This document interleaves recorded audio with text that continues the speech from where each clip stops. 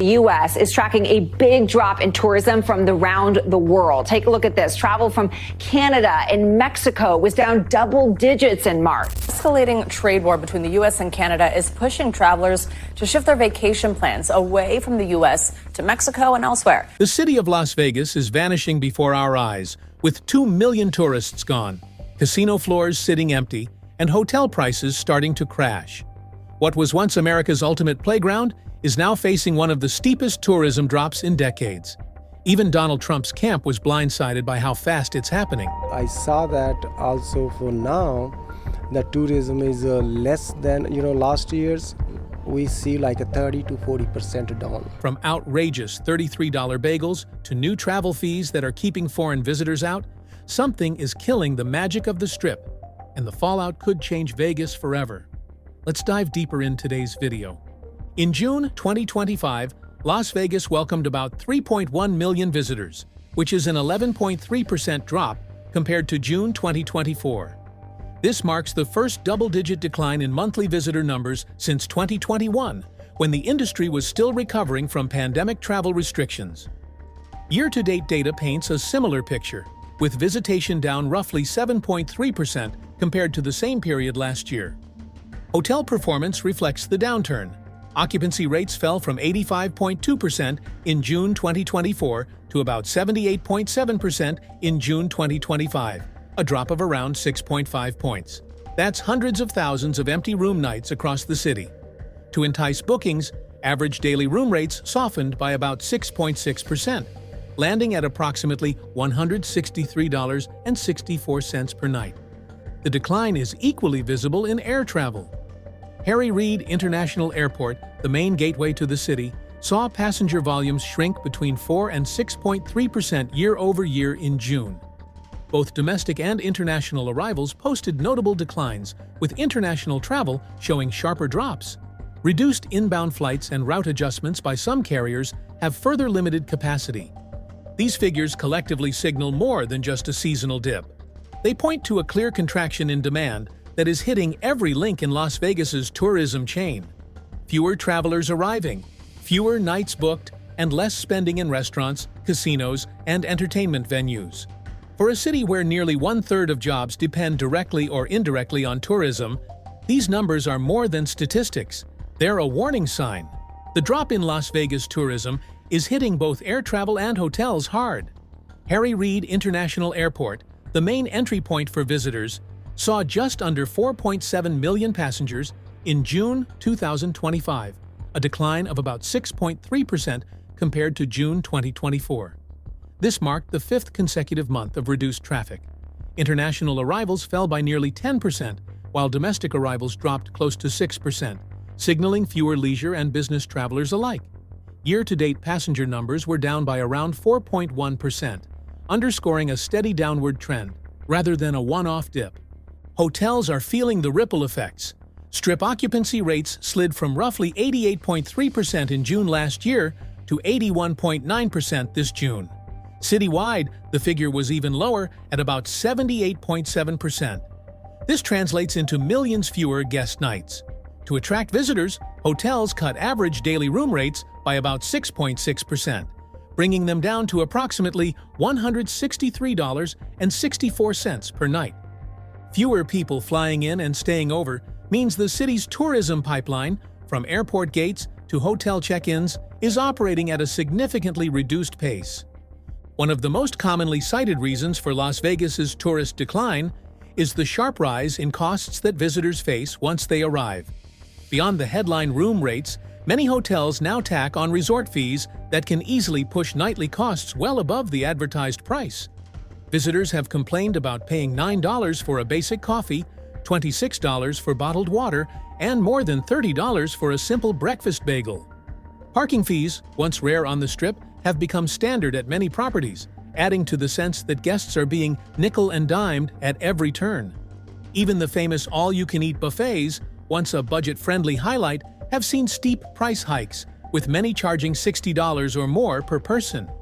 For domestic travelers facing inflation pressures at home, and for international tourists converting from weaker currencies, these costs are pushing Vegas out of reach.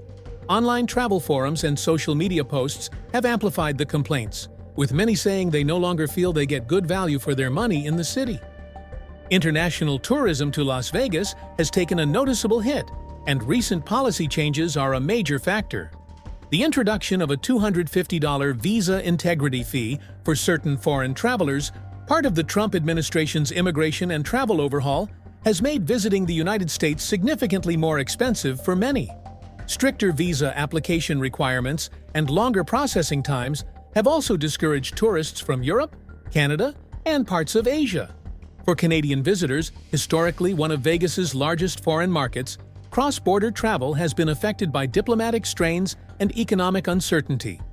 Meanwhile, European travel agencies report reduced demand for U.S. trips, with Las Vegas among the destinations seeing the sharpest declines. Airlines have responded by trimming some international routes to Harry Reid International Airport, further reducing capacity. Local tourism officials warn that the perception of the U.S. as less welcoming, combined with higher entry costs, is eroding the international share of visitors. This matters because foreign tourists tend to stay longer and spend more than domestic travelers, meaning the financial impact is disproportionately large. The slowdown in Las Vegas tourism isn't just an international story. Domestic travel demand is also weakening. Inflation over the past 2 years has stretched household budgets, forcing many Americans to cut back on discretionary spending, including vacations. Rising interest rates and higher credit card debt have added to the pressure, making it harder for travelers to justify big-ticket leisure trips. Economic uncertainty is also playing a role.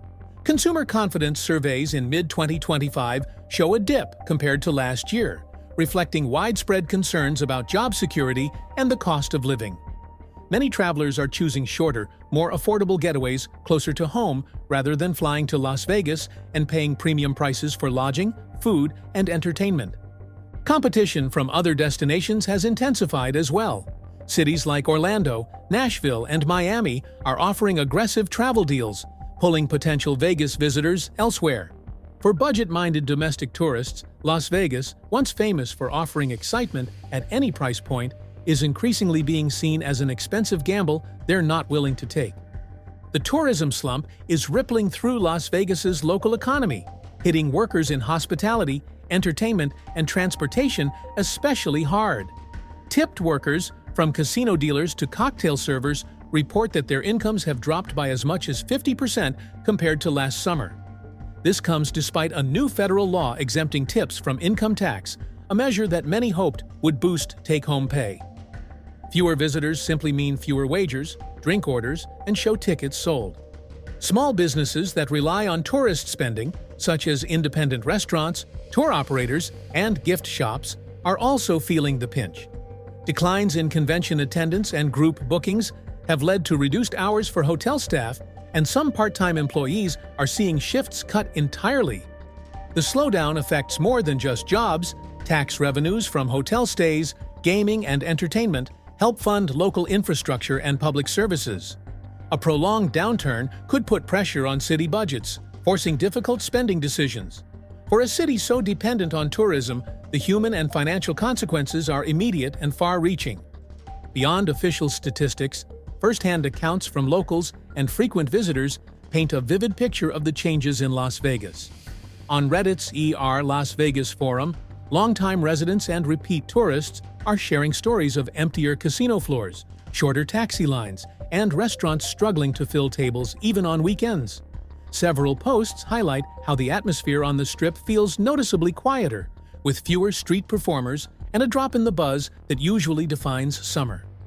Many contributors say rising prices are a recurring complaint they hear from out-of-town friends.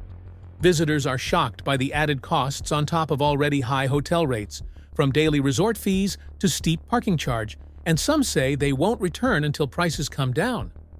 Others point to less tangible changes, like a decline in the quality of service as hotels operate with leaner staff. These local and visitor perspectives add a human dimension to the tourism data, showing how economic shifts are altering the day-to-day experience of life and leisure in America's gambling capital. While the Strip struggles with declining visitor numbers, some areas of Las Vegas are weathering the storm better, particularly downtown and off-strip properties catering to budget-minded travelers. Fremont Street hotels, known for lower room rates and fewer added fees, have seen steadier occupancy compared to their luxury strip counterparts. The area's mix of free outdoor entertainment, affordable dining, and vintage Vegas charm is proving attractive to visitors looking for value without sacrificing the city's atmosphere. Local tourism boards note that smaller casino resorts and independently owned hotels are drawing guests away from the mega resorts. These venues often offer free parking, cheaper gaming minimums, and promotions that appeal to both locals and cost-conscious tourists. In addition, attractions outside the core strip, like local breweries, art districts, and regional parks, are benefiting as visitors seek alternatives to high-priced central entertainment. This shift suggests that while overall tourism is down, there's a realignment underway, with some segments of the city's hospitality industry finding opportunity in the downturn. The big question now is whether Las Vegas can turn this trend around or if the decline will deepen. Tourism experts say the coming months will be critical. Fall convention season, typically one of the strongest periods for visitor numbers, could help stabilize occupancy rates.